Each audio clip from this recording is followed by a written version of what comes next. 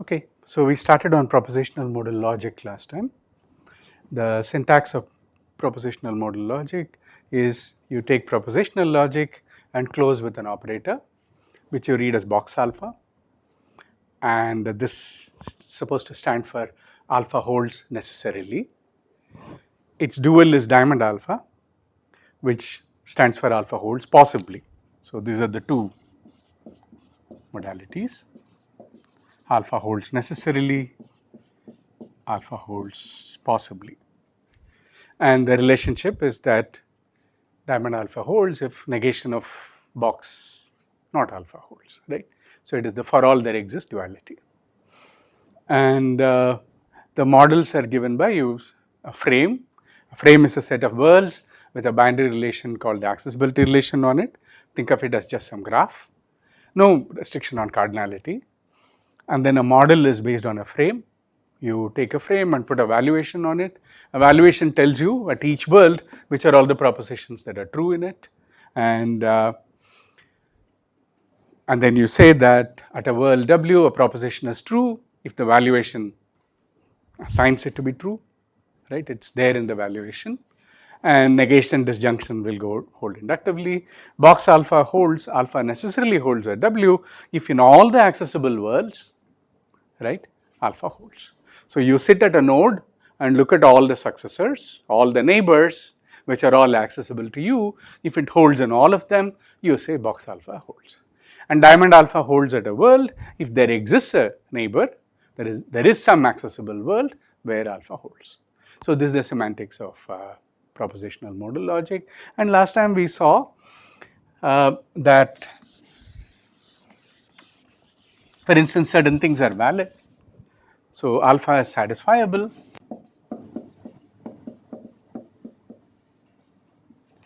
if there is a model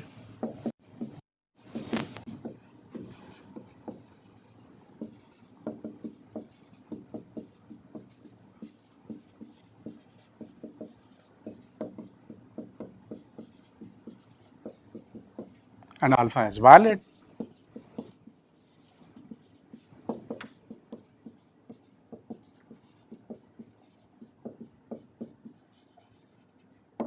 Which of course means that in all possible models at all worlds that you evaluated, alpha is true. And we saw examples of valid formulas, box of, I don't remember whether we saw it, but we might as well check it out. Yeah, this is the same as for all, right? For all and conjunction go together, right? For all distributes over conjunction, and existential quantifier distributes over disjunction. So you expect this to be true. So you can check that this.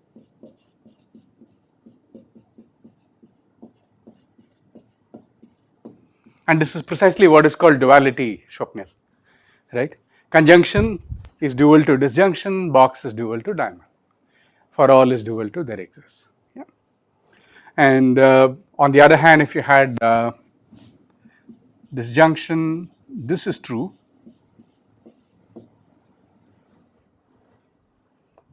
Yeah.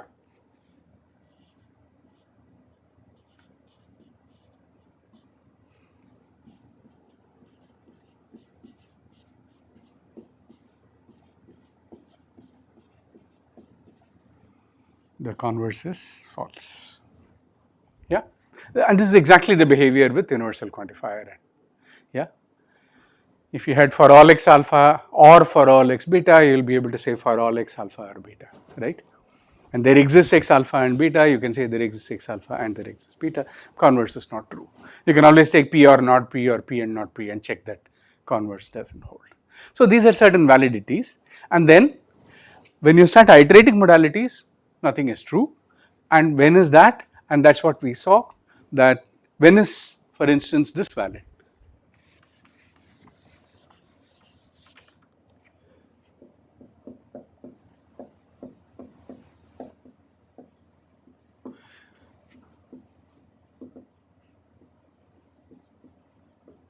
Over transitive frames.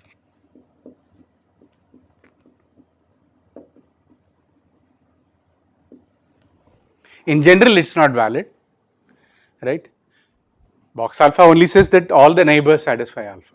Box alpha say all neighbors at path length 2 satisfy alpha. So one need not imply the other, but and we saw, so in fact we saw that this formula characterizes, what is that? It's not only valid over transitive frames. If you take a transitive frame and put any valuation on it, this formula would be valid in all the worlds, in all of them. Conversely, right, if you have a class of frames on which this formula is valid, right, then you will, yeah, they will be transitive, right. So in the another way of saying it is that if you take a frame that is not transitive, you can always put a valuation that ensures that this formula is not true at some world, yeah. And we saw that, right. Suppose it is not transitive, that means this is the situation you have got, right.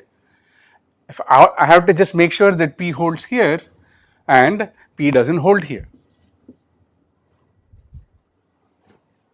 yeah. So box P holds here because the only successor satisfies P, but box P doesn't hold here, right. So you can always come up with a valuation to violate it. So this is what we saw, and similarly we saw that box alpha implies alpha characterizes reflexive frames.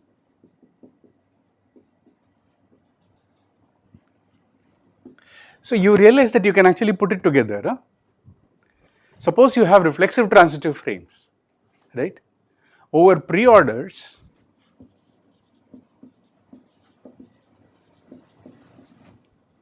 what is a preorder?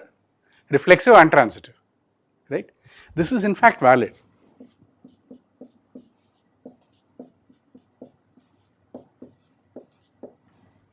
Why? Well, because it is transitive, box alpha implies box alpha. What about the other direction? It's just a substitution instance of this. Box alpha implies box alpha, right? Because of reflexivity. This is true for any alpha, no? So of course, so what you are saying is that the iteration of the box modality collapses for preorders. So diamond alpha is the same as diamond alpha, box alpha is the same as box alpha, right? So the only way in preorders you will get something different is by alternating. You box diamond alpha means something, diamond box alpha means something, but yeah, that's something interesting to note. So, and this thing that I said leads us to correspondence theory. I mean, it's just a term, don't worry about it. Correspondence theory is talking about fixing frame properties by formulas, right? It's really modal definability. I mean, like we talked about F4 definability, you should really call it modal definability. Historically, that thing has been called correspondence theory, so that's all there is to it. Yeah. So it's just modal definability theory. But modal definability theory is interesting, is my point, right? So already you've got reflexive transitive relations. Like I pointed out, alpha implies box diamond alpha characterizes symmetric frames.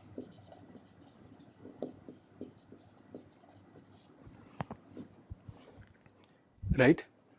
So that tells you that you've got equivalence relations.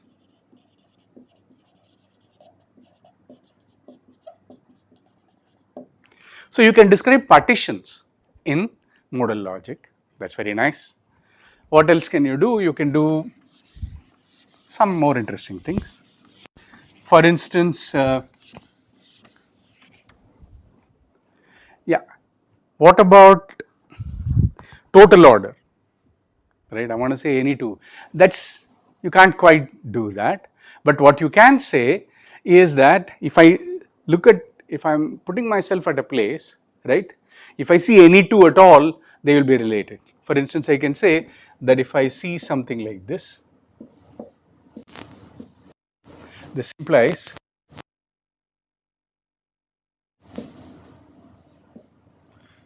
either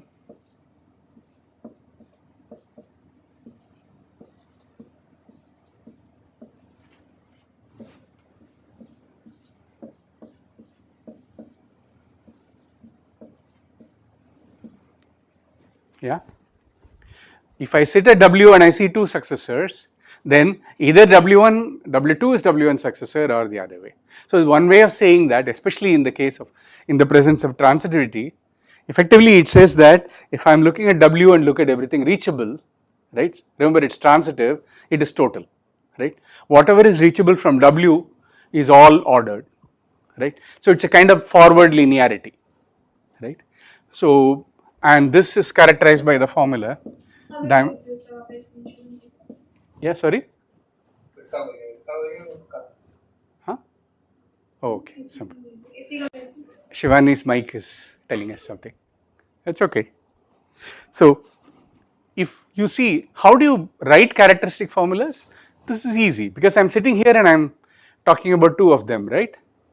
I am sitting here, so let's say alpha holds and beta holds here, then I know that diamond alpha holds here and diamond beta holds here. Is this clear? If there is a successor world where alpha holds, then at that place diamond alpha holds. So if diamond alpha and diamond beta holds, then diamond alpha and diamond beta holds, or diamond beta and diamond alpha holds, right? Either I see alpha first and then beta later. In this case, I'll get, remember alpha holds here and beta holds here, therefore diamond beta holds here. Remember alpha holds here and beta holds here. In this case, diamond alpha holds here. Yeah. Either I see alpha and then beta, or I see, is that enough? Not enough. I have to write or. Who said these two are distinct? I mean, I just said some W1, W2, they could be the same. Yeah, or this. So this in fact, you can show that this actually capture this with reflexive and transitivity actually will give you total orders. I mean, it doesn't characterize it, but it's complete for total orders. Okay, so this relation that I have talked about is called Archimedean. You say a relation is Archimedean whenever you have got two things, right, WR W1 and WR W2, then either W1 or W2 or W2 or W2. So then there is Euclidean, there are lots of such relations, right. Maybe I have got it wrong also, possible, right. Whole lot of such things you can. What about density? How do you say my relation is dense?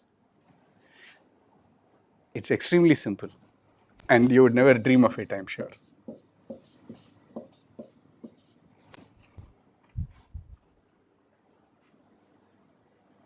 What does this say? If I am sitting here and if I see something, right, then I can first see something in between and then see it. Okay, I mean that's intuitively correct. In fact, you can show that this characterizes the class of dense frames. Exactly the kind of, you have to do the kind of proof that I did, right? Take a dense frame, put any valuation on it and show that it is valid over every world over these things. And then if something is not dense, right? Not dense means what? There is a pair of elements such that there is nothing in between. If that is so, then I can put some valuation over this frame and violate this model. So it in fact characterizes. So we are moving very far, right? I am saying that I can capture some kind of forward linearity and I can capture some kind of density. So you can already see that this thing goes. And it goes on, and I have already said no endpoints. No endpoints is harder to say, but at least you can say like seriality.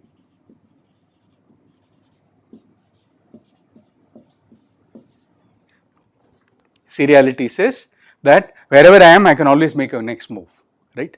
Of course, there can be loops. So because of loops, it doesn't mean that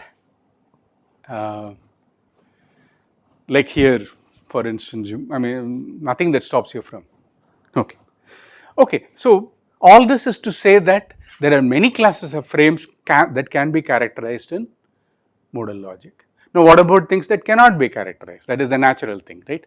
I mean, obviously, if everything is definable, it's not very interesting, right? And you know that some things should not be definable because if you look at the semantics that we wrote, it's some first order thing, right? For all W prime, if R WR, W prime, then something. So it's all very first order. And we know that first order logic cannot express many things. So modal logic also cannot express many things. So it's not a surprise. So in fact, there are some things that are in general first order definable, but are not definable in, yeah. Yes, Siddharth? I have a doubt regarding the dense definition. Yeah.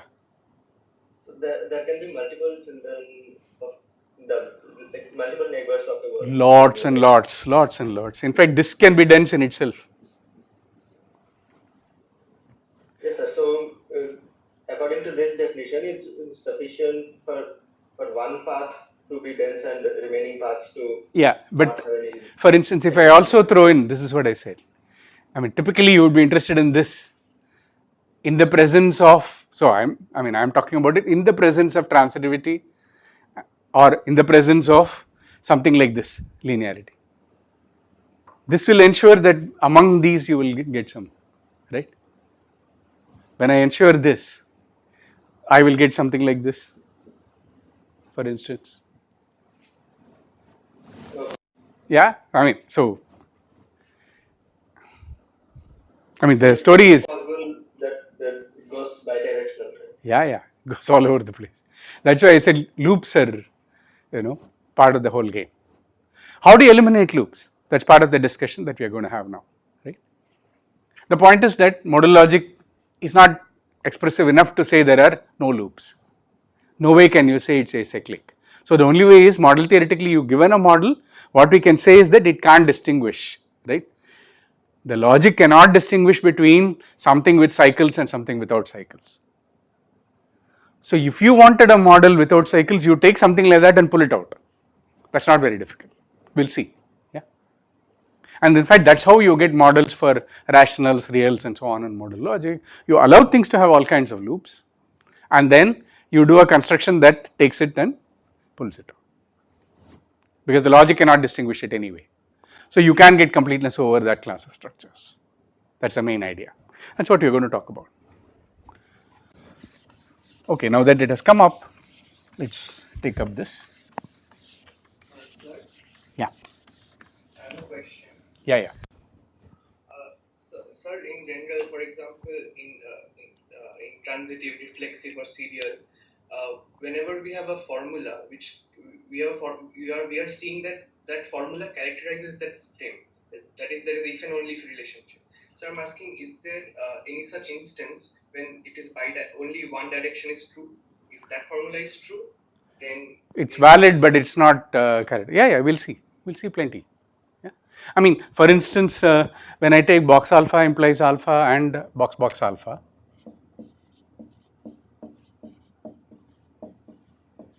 right?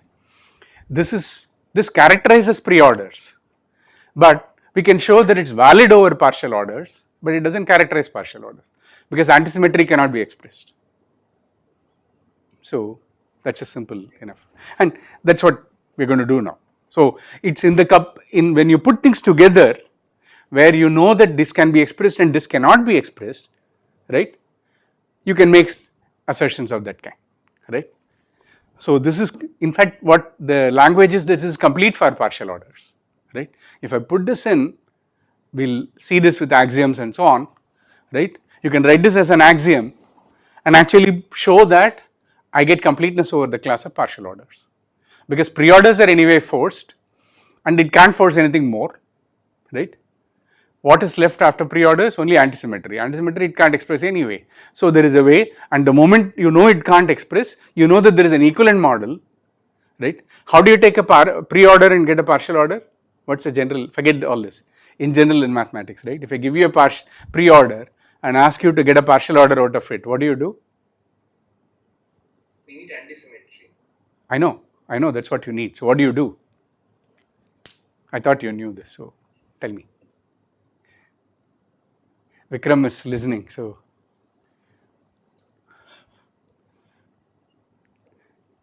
classic exercise in discrete math. Quotient out all the loops, right? Collapse all the loops.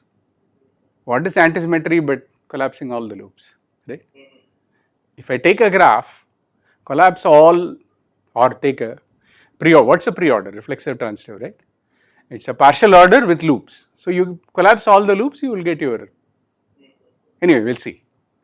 We'll do it. Don't worry about it. I'm just saying that there is a standard trick for doing these things.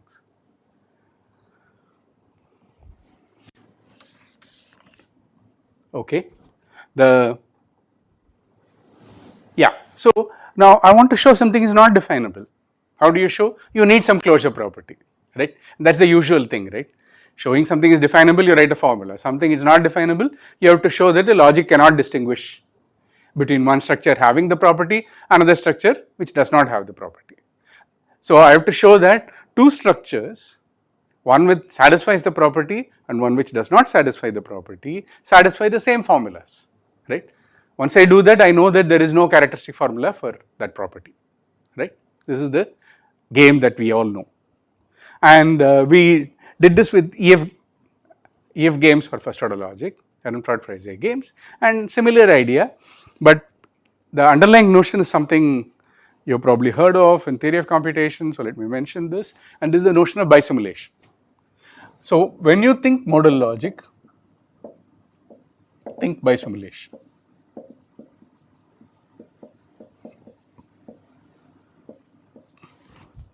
If theoretically modal logic represents something, it's bisimulation. So it's best to understand it in terms of bisimulation.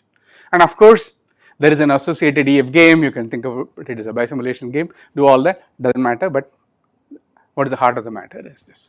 So given any two structures, in this case 2 frames, graphs, whatever you like,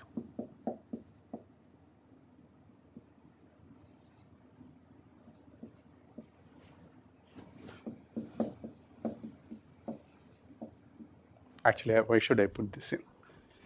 Let me not put it. Or 2, right? If once you are given 2 frames or 2 graphs, 2 automata, NFA, whatever you like, right? We say there, consider a relation. What relation shall we use? Say R is already taken, B, subset of is said to be a bisimulation.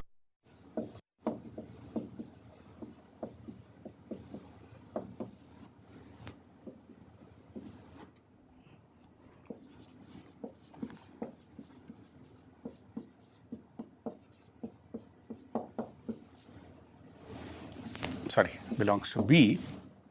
Whenever 2 worlds are related, then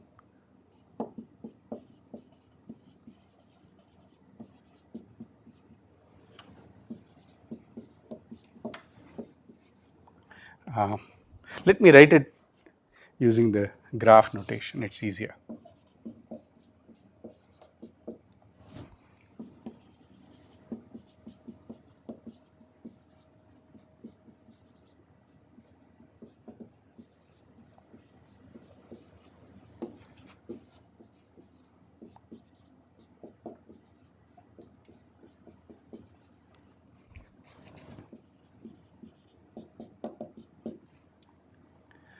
And for every W2 prime belonging to W2 such that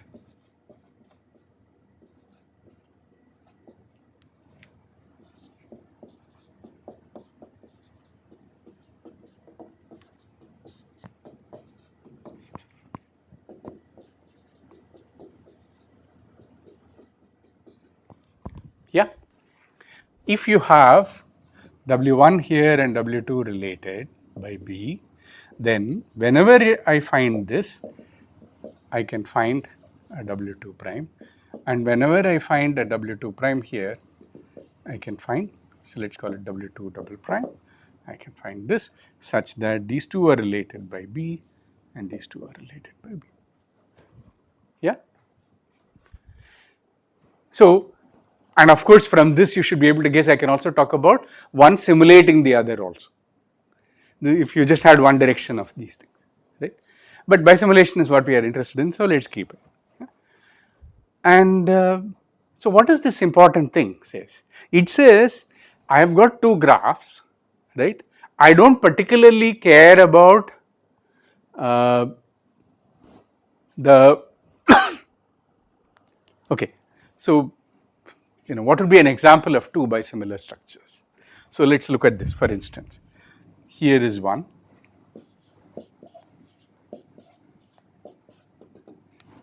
Look at these two. It should be clear that this is a bisimulation.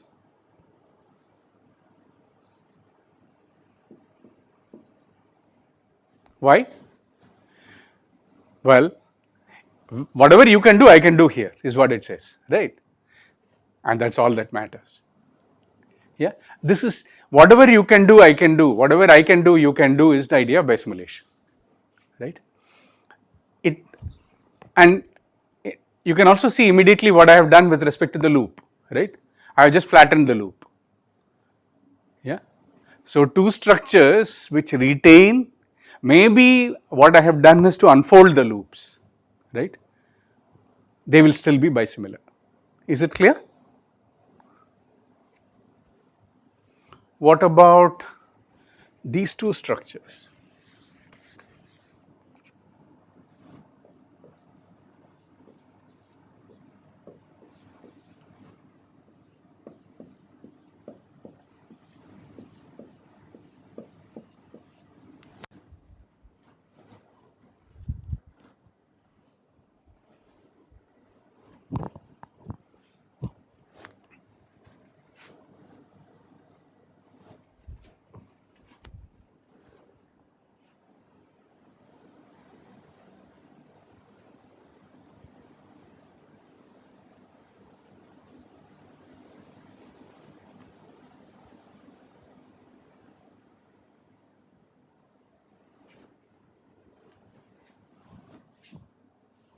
Yeah, so these two are bisimilar.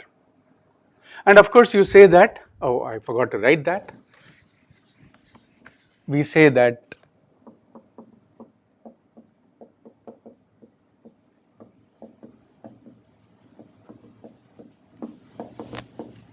if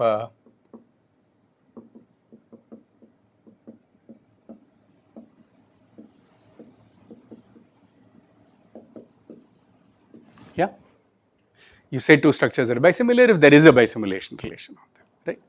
So, okay. So, these two structures are bisimilar, right? It's clear. And notice that this trick of unfolding I can do for any loop. It may not be just a self loop. Is that clear? I mean, for instance, I can take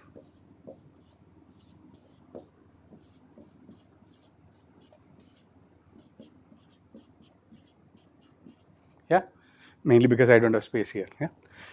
So, what will be the bisimulation relation? Every alternate thing I will, this I will map, this I will map, this I will map, this I will map, and so on. Yeah.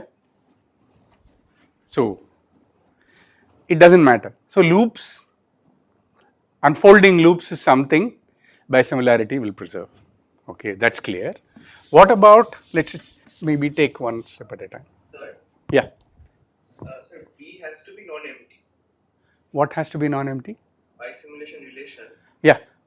has to be non-empty. Oh yeah, of course. That is why I wanted to take a point and say, yeah.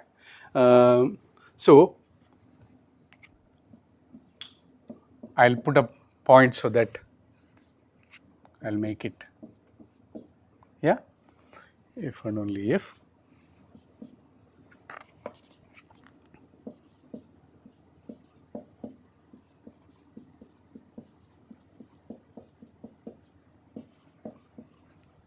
Okay. In any case, we are going to interpret it only with pointed frames, right? There will always be a world at which you are interpreting things. So, you might as well put that in. I mean, I don't see any harm in the empty relation being a bisimulation. So, except that then you don't want to say there exists in that case you must put there exists a non-empty bisimulation. Yeah? And every frame will be bisimilar. Yeah, I know. I agree. So, yeah, but this is the thing that I am more interested in. So, we might as well put that in, right. So, normally these things are, people call them pointed frames.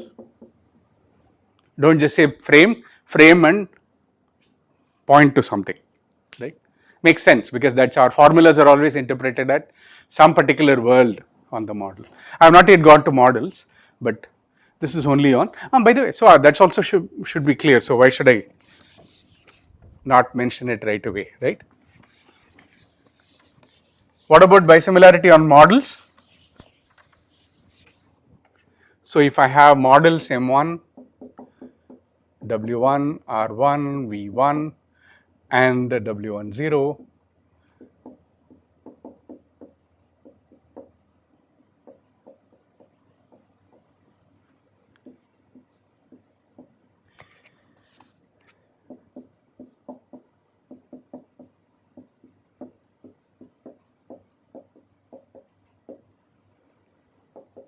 if what will you have? A is as before, of course. B, whenever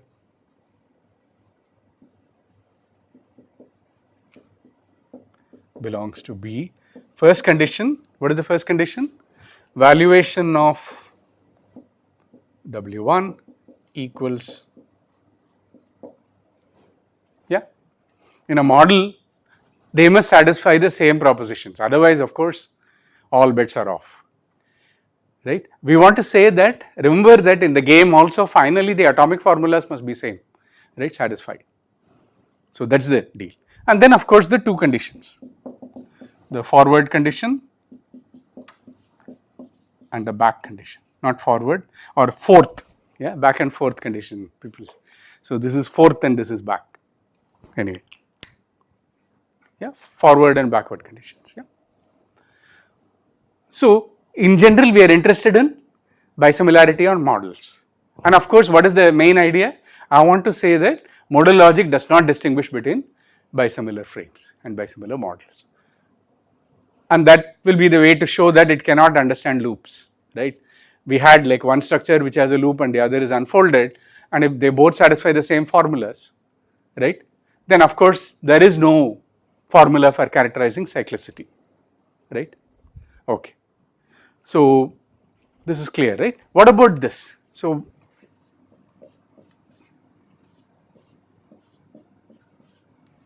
consider these as frames. These are bisimilar, right. It should be clear that these two are related and these are related, yeah. What about models? Now let us go to models. So let me write P, not P, P, not P. Are these bisimilar?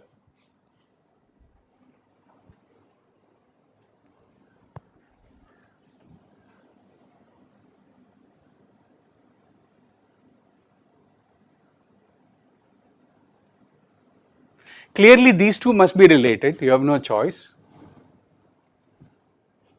But supposing you relate these two, what will happen? Here I have a successor where I see a not P. Here I don't have any such successor, right. So I can't equate it to this. What about, can I equate it to this? Same problem will come. So this will not get into anything. Can I equate it to this? Of course not, because there is a successor here. So clearly these are not bisimilar, right. And this is the fundamental property that distinguishes for, if you are not, yeah, sorry. Is it necessary to start from the roots? Like if we have only the two leaf? I'm putting that in, right. I'm considering when you have got two things, two pointed frames, yeah. Okay, so the pointed, what if the leaves are the point of reference? So the point of reference are the root. They must be there, right. And here once I have P not P, of course there is not much choice, you have to equate these two, yeah. They are leaves, right. Leaves must be related to leaves. Because of the way the condition is done, once one of them has a successor and the other fellow doesn't have a successor, there is no hope of them being in the bisimulation, yeah. Okay. So leaves have to be related to leaves. Question is, So sir, frame wise they're bisimilar. that's why I wrote this. That's why I wrote this. As frames they are bisimilar, but as models they are not bisimilar. So one has to be a little careful about what we are doing. Yeah, because if I did not have the frame model condition, valuation condition, there is nothing to distinguish these. Yeah, but and basically, by the way, I said this is the relation for NFAs, and it must be clear. Consider these as NFAs, right? In terms of language acceptance, this is A times B plus C, and this is AB plus AC, and these are of course the same, right? The expression A followed by B plus C is language equivalent to AB plus AC, but they are not bisimilar, right? And this is what distinguishes language acceptance and bisimilation equivalence, language equivalence and bisimilation equivalence for NFAs. And that is important because in NFAs, language equivalence is piecewise complete and bisimilation equivalence is polynomial time. So there is a big difference between the two, and this is the general understanding that NFAs are characterized by bisimilation. Like I said, that is why modal logic, NFAs, bisimilation, they are all talking about the same things. So this is one intuitive way of thinking about it, and that is the reason why I have not come to theory of computation relation in this, but that is the underlying thing to think about. Okay. For people who want to look at automata over linear orders, automata over dense linear orders, whatever and so on, modal logic is a very, very natural way to get into them. Okay. There is a lot of research of that kind. Okay, is this clear? That so this is something like a distinguishing example, right? Bisimilation preserves branching structure for you, right? You can't sequence, right? You can't destroy the branching structure and preserve bisimilation. That's what is happening here. If you look at this, right, in terms of paths you are preserving, but you are removing the branching structure, and that is natural because notice that in terms of modal logic formulas, they are saying different things. Here we said is P negation P, P negation P, and this thing satisfies diamond P and diamond not P. This thing satisfies box P, box not P, right? And box P negates diamond not P here, box not P negates diamond P here, right? So we have here diamond, diamond P and diamond not P, and here we have diamond box P, and one can actually show that these two are inequivalent formulas, right? And so this is the idea of what we want to say also, right? What is the next assertion? The next assertion is what you would expect. Given two models, let M1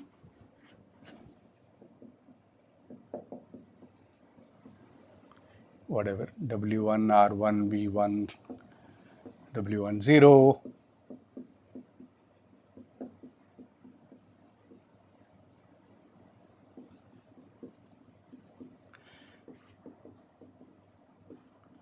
bisimilation B, right?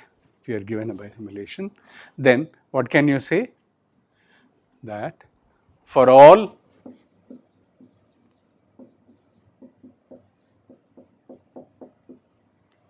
W1 W2 belonging to B, for all alpha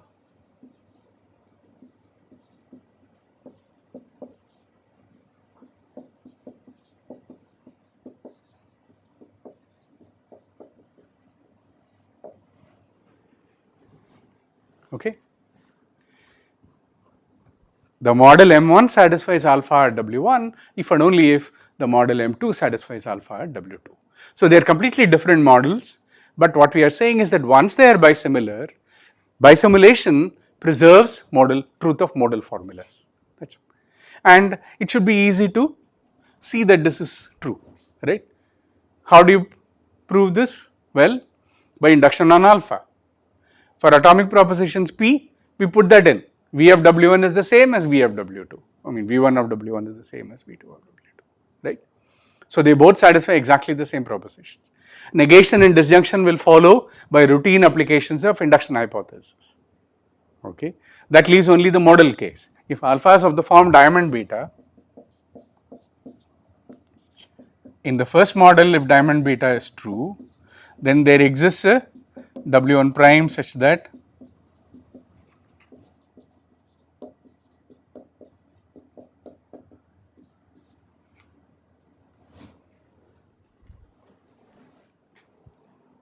okay.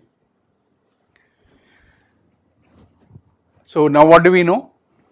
by induction hypothesis. Right.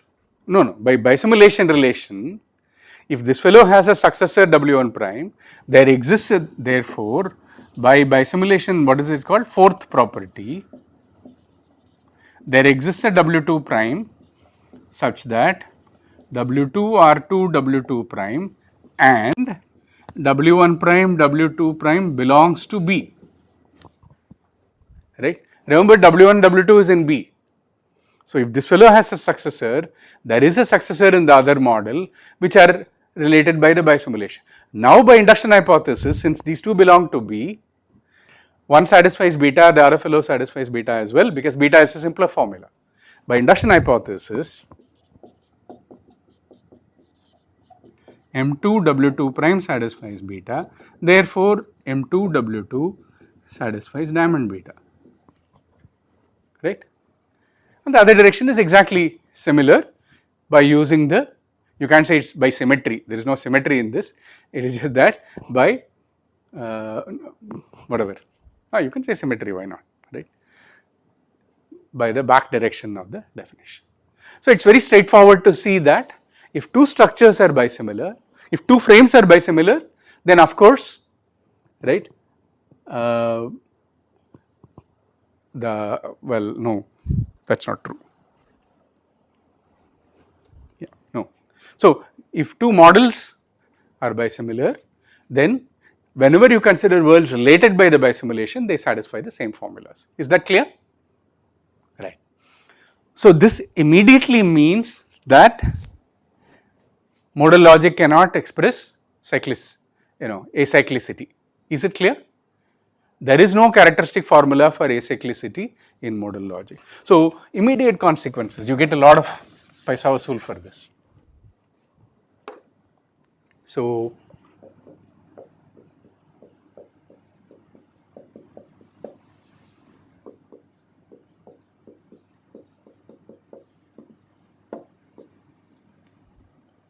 irreflexivity, acyclicity one shouldn't expect, right. As I said, first order logic cannot express acyclicity, and as like I have been saying, we are talking about something in between propositional logic and first order logic. So you don't quite expect it, but in any case, yeah. And ML cannot distinguish between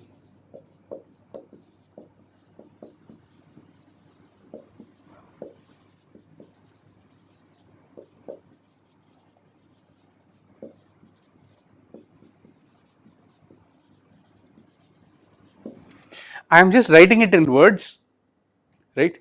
This is an actual exercise. What does that mean? Given any preorder, right, yeah, given any preorder, what do? Suppose I am given a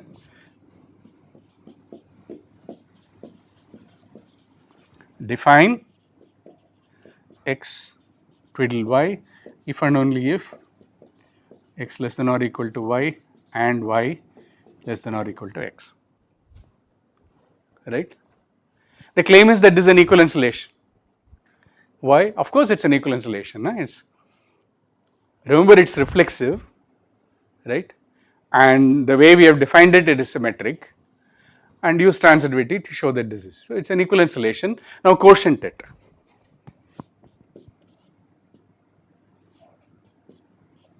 And what is the induced relation that we want? Between two equivalence classes, I put up from the equivalence class of x and equivalence class of y, I say less than or equal to if there is an element here and there is an element here in the original one, right. And this is a partial order. This is what I meant. You give me any pre-order, I can, what does it do? It equates loops. You can see, right? In a transitive one, loops are simply given by this, right? So all loops are collapsed. So this relation, now if we look at, will be reflexive, transitive and antisymmetric. So it is a partial order, right? And now show that you give me any such model, give me a model where it's a pre-order, I can get a partial order model and I get a bisimulation, right? When I take an element, what is the bisimulation relation? Take the element x, put it in relation with the equivalence class of x, that's all. Show that that's a bisimulation. That will be, because if in the original structure, if I had something going in, right, if there is a successor, I will be able to find that in this as well. Yeah. Do this exercise and see. Yeah. So it's quite a nice and simple exercise, very similar to what we were doing earlier. For the self loop, I could just show it in a picture. So this is a little more complicated, but so, and once they are bisimilar, we know that I take those models and I define a bisimulation relation, I know that modal logic cannot distinguish. So, and we are actually, with all this, we are going to be on our way to giving a decision procedure as well, and that's fun.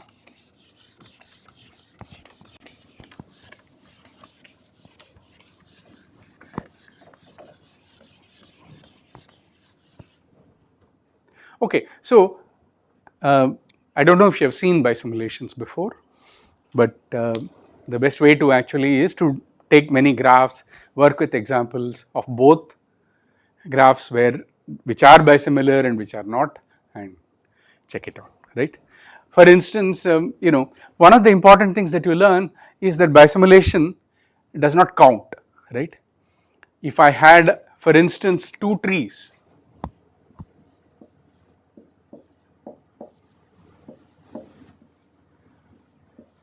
right?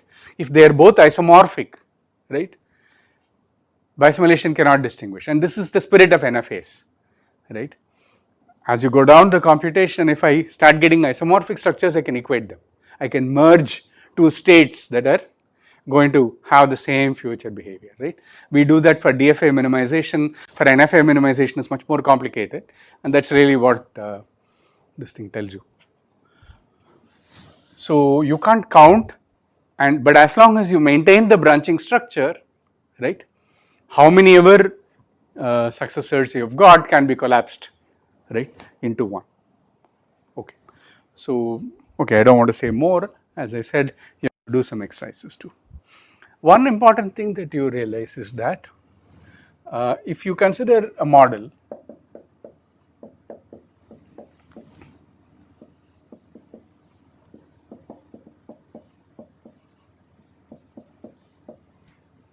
so let's say alpha is satisfiable,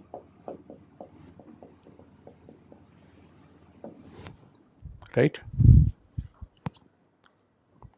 then it should be easy to see that if I consider the model M prime,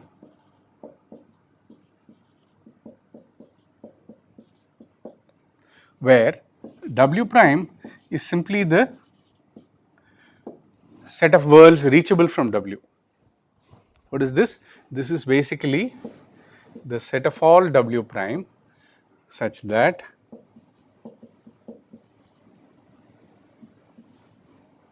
you take in the given model at W, look at all the worlds that are reachable from W, right? Basically, I can throw away the rest. We do this in automata, right? I can always throw away the useless states, we say. From the initial state, I want to see what are all reachable, right? And that's the same thing that will hold here. It's natural, right? And what is R prime now? R prime is simply R intersection, throw away the rest, right? That's what it says. Consider the model where I keep only the worlds reachable from W and take the restriction, right? Once you throw away the worlds, remove all the edges also. And what about V prime? V prime of W prime, let me call this W0 so that we don't, W0, yeah. So, V prime of W is simply V of W for W belonging to W prime. Now, it is an easy exercise to show that for all W in the small model, for all alpha,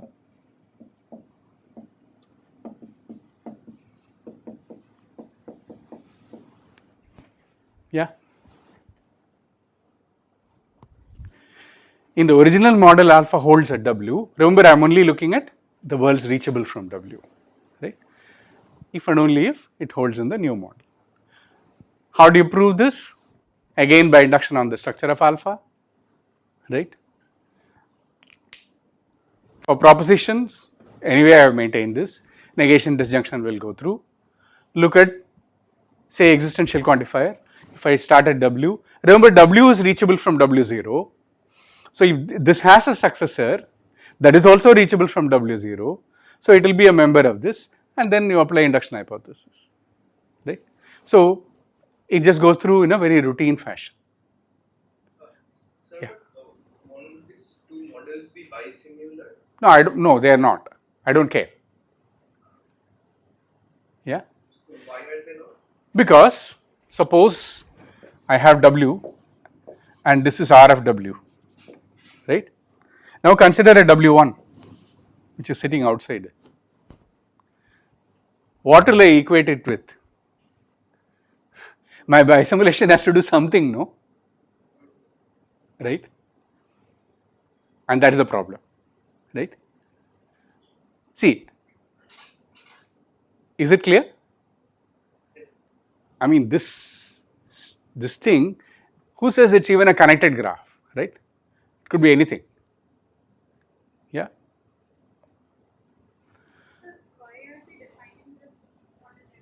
Yeah, to show that alpha is satisfiable, you gave me a model and I have given you a simpler model. What is interesting about the simpler model? What is the property that it has? This is connected.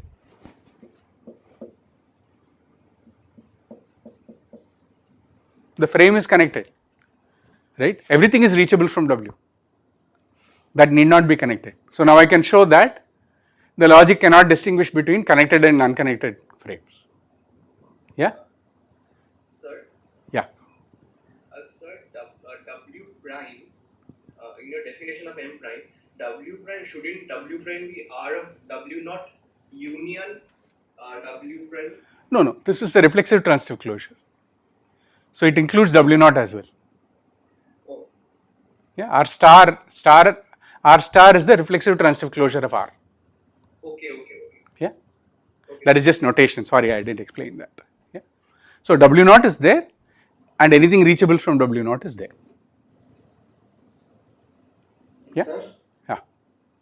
Yes, Siddharth? I have a doubt. Like, for example, if I have a formula diamond P, Yeah, which is not true in W because none of its children. that's right. But I am considering this only for all W in W prime.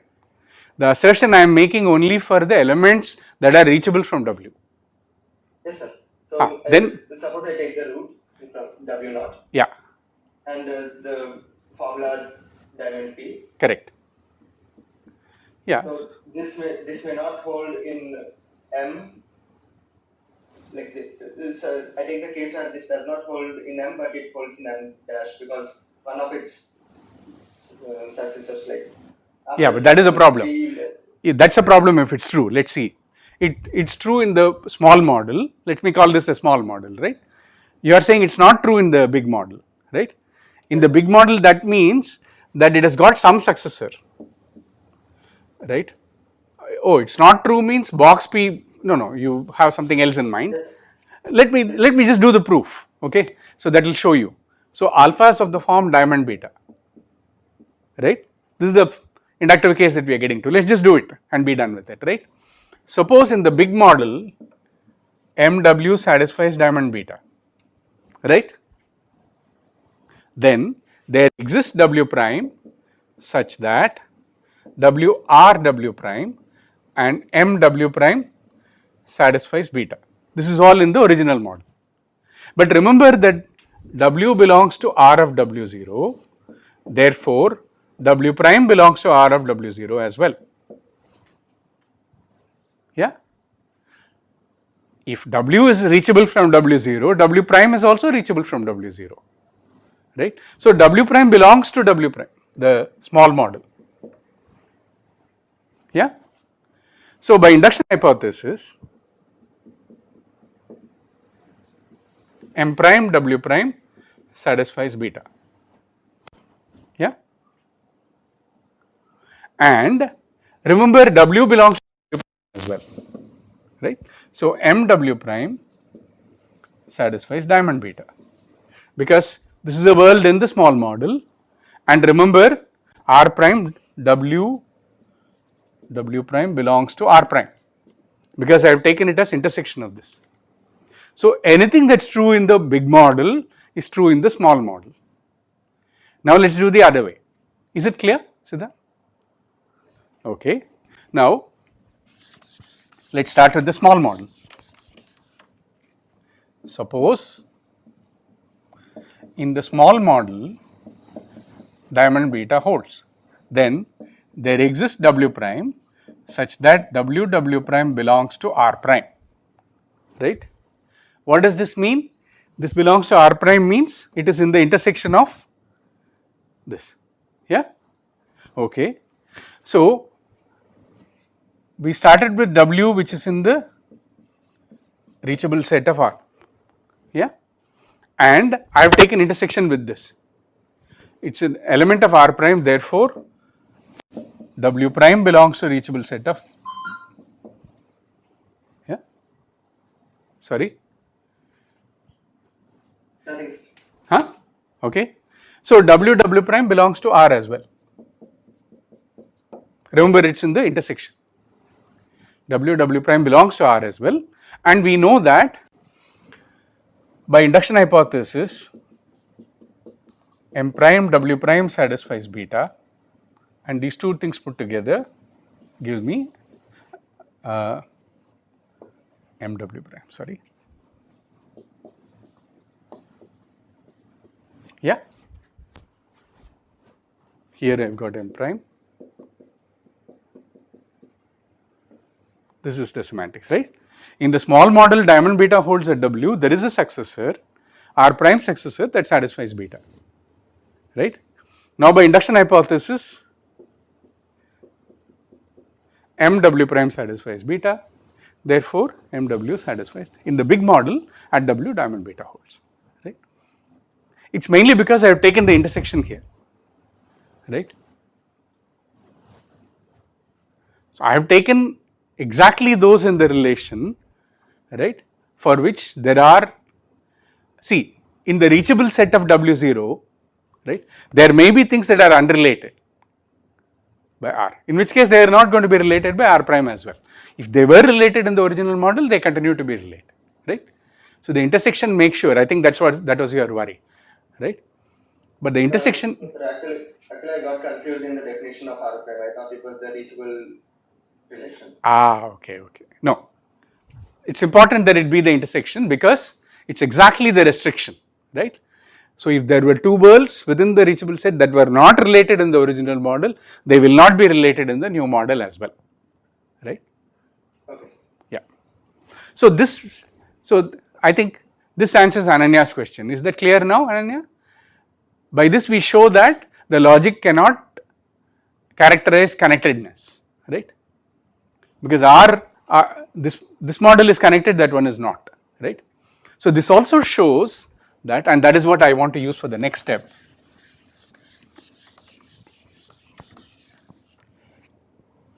Alpha is satisfiable if and only if it is satisfiable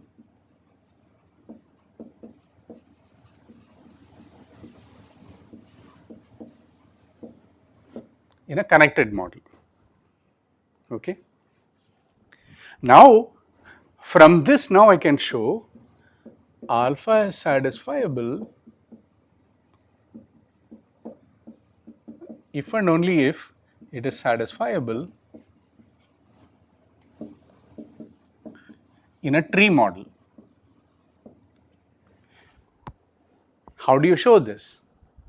Well, we have already shown that if alpha is satisfiable, it's satisfiable in a connected model, right? In fact, connected model at a place where everything is reachable from it, right? Now, that's a connected graph. Take a connected graph, you can always do a tree unfolding of that graph, right? Do you know what I am saying? If you don't know, we will talk about it, right? You give me any connected graph, so it's like shake it, remove all the loops, right? Think of it as threads, right? Shake it nicely, all the glitches fall out, right?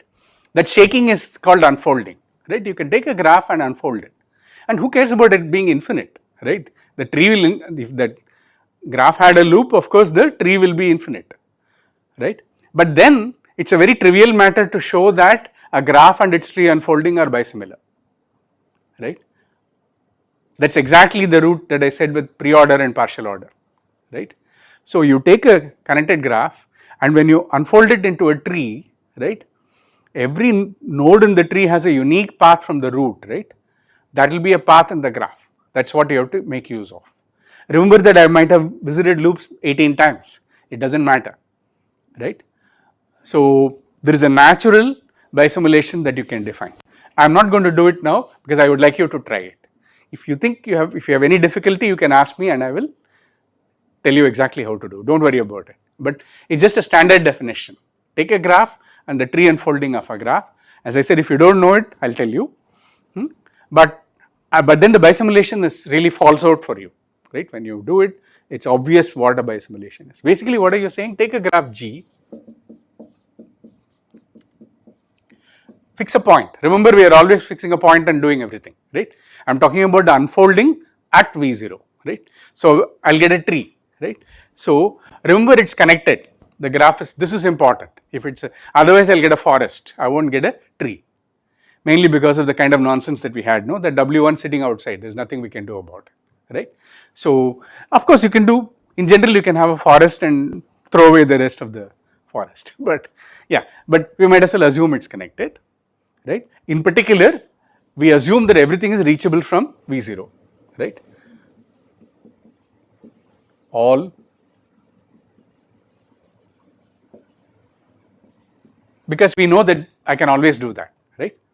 I am interested in everything reachable from there, right? So now what do I do? What is the tree that I want? V prime is the set of row V, let me say. So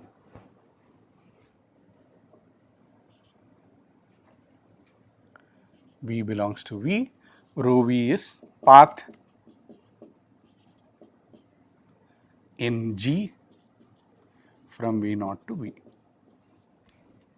Yeah. Simply take all the paths, sequences, right? Take paths, you know that everything is reachable from V0. So for every vertex, look at the path and make them into the nodes, right? So V0 is obviously the root because it's epsilon, right? The empty sequence will give you the path from V0. So that will be the root. And then if there is a V0, V1, V0, V2, there are different paths, right? V0, V1, V0, V0, V0, V0, they are all paths, right? So what is the edge relation E prime? It's of the form rho V1. Why am I writing this? I'm sure you can see what, yeah? If there is a single vertex, right? There is a single edge in the original graph, right? Okay. So it will be actually of the form rho V V prime, yeah, where V prime belongs to E, and both are reachable from V0, yeah. So this is a path from V0 ending in V, this is the same path extended by V prime, yeah. and that will give you, and this is easy to see that this is actually a tree relation, right? And that's it. So, and what is a bisimulation relation? We'll take any path ending at B, equate it with B in this. Equate something, a vertex here, with a path ending in that particular vertex. That's why I said the bisimulation in fact falls out. Okay, so that's a, so this is what is normally called the tree model property, and that's very important.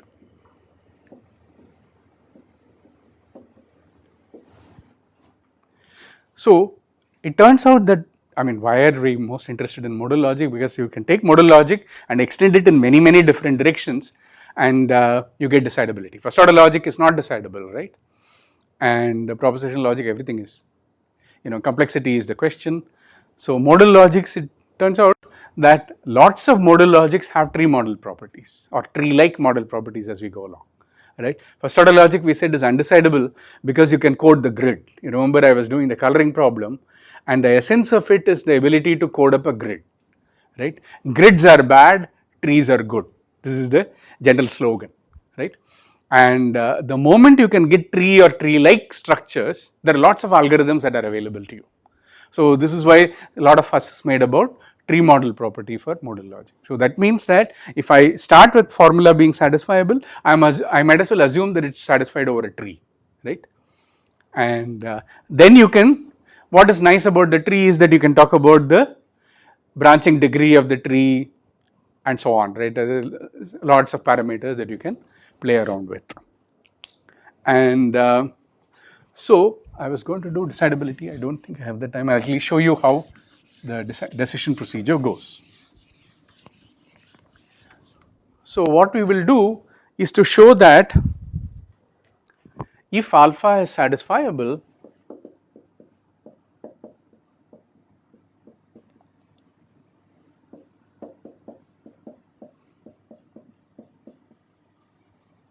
it is satisfiable in a tree, right, whose depth is bounded by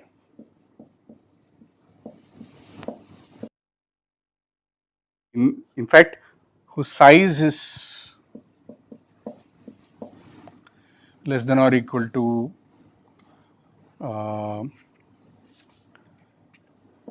2 to the right. It's not just a tree property, we have a finite tree property. That is, if alpha is satisfiable, it's satisfiable in a finite tree. In fact, even better, there is a bounded tree property. What we are saying is that if alpha is satisfiable, then it's satisfiable in a tree whose size is bounded by at most an exponential in the size of alpha, right. What does this mean? This means that it at once gives me a decision procedure. Why? Because how many trees can you have of this size, right? A Turing machine, a non-deterministic Turing machine can guess a tree of that, tree model of that size and verify whether alpha is true in that. So it immediately gives you that satisfiability problem for modal logic is decidable because it's got a bounded model property. Once any logic has a bounded model property, right? What do I mean by that? If alpha is true in a model, it's true in a model of bounded size. The bound is given by something and the length of alpha. Then in general, I mean that's just general wisdom, it is not a theorem immediately. My point is that in general you can have a non-deterministic Turing machine of that appropriate complexity, something running in exponential time, right, which can guess a model of that size and then verify, right. And truth checking we have already shown is something we have an algorithm for, right. This is what we were talking about last time. If you give you a finite model and a formula, checking whether a formula holds in the model at that point is something linear in the size of the model and the size of the formula. Right? So that's what is very nice about it. We'll do something slightly better. What we will do is to show that whose depth is in fact linear in the tree, right, even though its branching may be bad, its depth is actually linear, it's a shallow tree, right.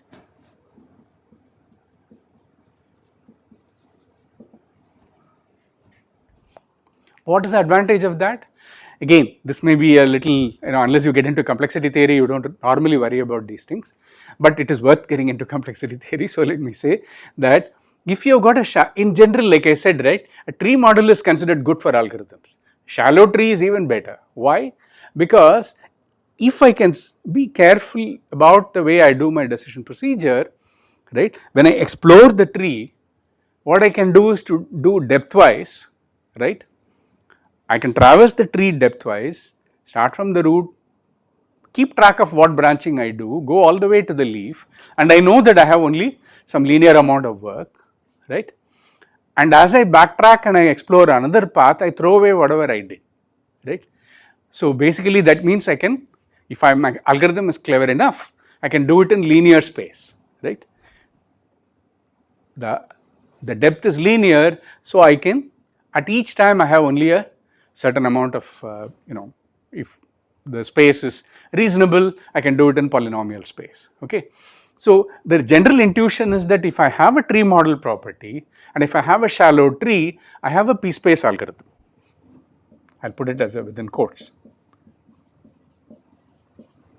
Like I said, don't worry if you don't understand p-space algorithms and so on, but I hope someday you will start understanding exactly what these things mean, right. So it turns out that that's exactly the point for modal logic. Modal logic satisfiability problem is in p-space, and in fact it is p-space complete, and that is the lower bound is a little harder to prove, but exactly like satisfiability problem for propositional logic is NP complete, and it is the quintessential problem for understanding the structure of NP. Propositional modal logic is a p-space complete problem and is in fact the quintessential problem. Quantified Boolean formulas and modal logic are very closely related, and one can show that. So that's the reason for doing it this way. So what we want to do is to show that I'll be able to complete it next time, but let me show you how the proof goes. So you start with the formula alpha.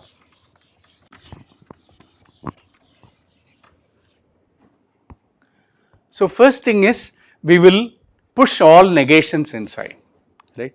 This is something always useful for decision procedures. We have seen it before, right. Negation normal form. So our syntax is actually written like this.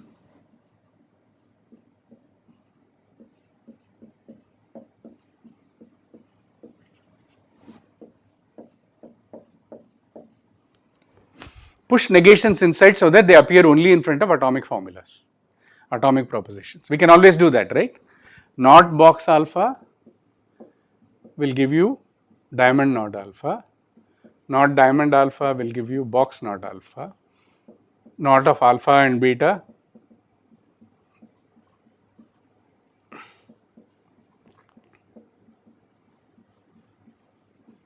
so anytime I see a not operator, I can keep pushing until it comes only in front of atomic propositions. So this is always a useful thing to do for decision procedures.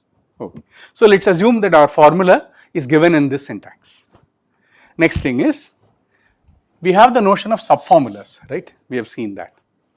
What is a subformula of alpha or beta? Two formulas, alpha, beta, right? Alpha and beta. And we already have this notion of a downclosed set. Let's consider that. So A subset of A is a set of formulas, right? A is said to be downclosed. What do you think? If alpha or beta belongs to it, right, then either alpha belongs to it or beta belongs to it. Alpha and beta belongs to it, then both should belong to it. That's all. This is what we have seen earlier also, right. So we have this notion of downclosed. So I start with the formula alpha, right. I am only interested in subformulas of alpha. So let's say alpha naught is the formula you want to check the satisfiability.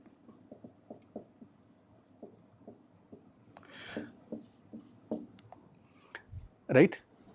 Let's look at subformulas of alpha naught. What are all the subformulas of alpha naught? As I said here, right. Subformulas of negation P is P, subformulas of alpha or beta will be alpha, subformulas of alpha, subformulas of beta, take the union. What is the subformulas of box alpha? Box alpha and subformulas of alpha, right? You just keep going down. So that will give you the set of subformulas, and it's easy to see that in general the size of SF alpha linear in the size of alpha, right? There are only linearly many subformulas. You can't have, I hope that's obvious, right? Okay. So this is also useful, and that's where the exponential thing comes, right? Because now what is the model I am going to build? I start with alpha naught and I am going to construct a tree. The root will have alpha naught, right? And I take alpha naught and consider a down close. By down close I mean I take it, if it is alpha and beta, I throw in both alpha beta. Keep doing this. What about disjunction? I will have to guess one of them. So guess.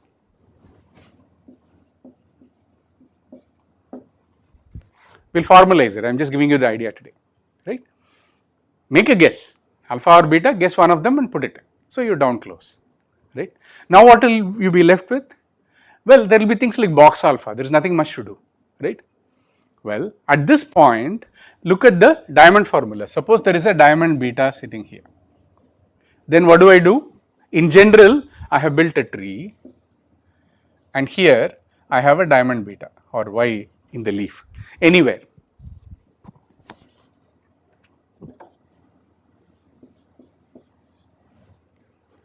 Then what do?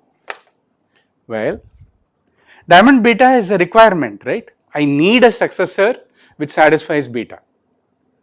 So what should I do? Add an edge, grow the tree, and put beta here. But that is not enough. Why? Because in the original formula, I said diamond beta, but I also said box gamma. What does box gamma say? It says every successor must satisfy gamma, right? So what should I do? Well, I must take, so let us call this A.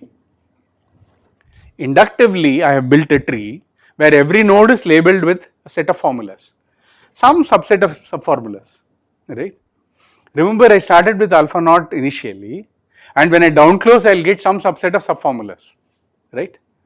I am always working with some set of subformulas. So I start with diamond beta and I add an edge of this kind, right? Now, okay, now you have got a set of subformulas. Continue. At any point of time, if you have got a set which has got P as well as negation P, right, you know that abort. That is all. So I keep doing this. Now will this go on forever? Will this go on forever? I started with a node, did some down closure, did something. Now at this point of time I get a set, some B prime, right? Down close B prime, again with guesses. That is important, right? Because I may have got some gamma 1 and gamma 2, so I have to down close it. At every point of time I keep down closing the set. Anytime I get a contradiction, I abort, that is all. So I keep doing this. How long will I go on doing this?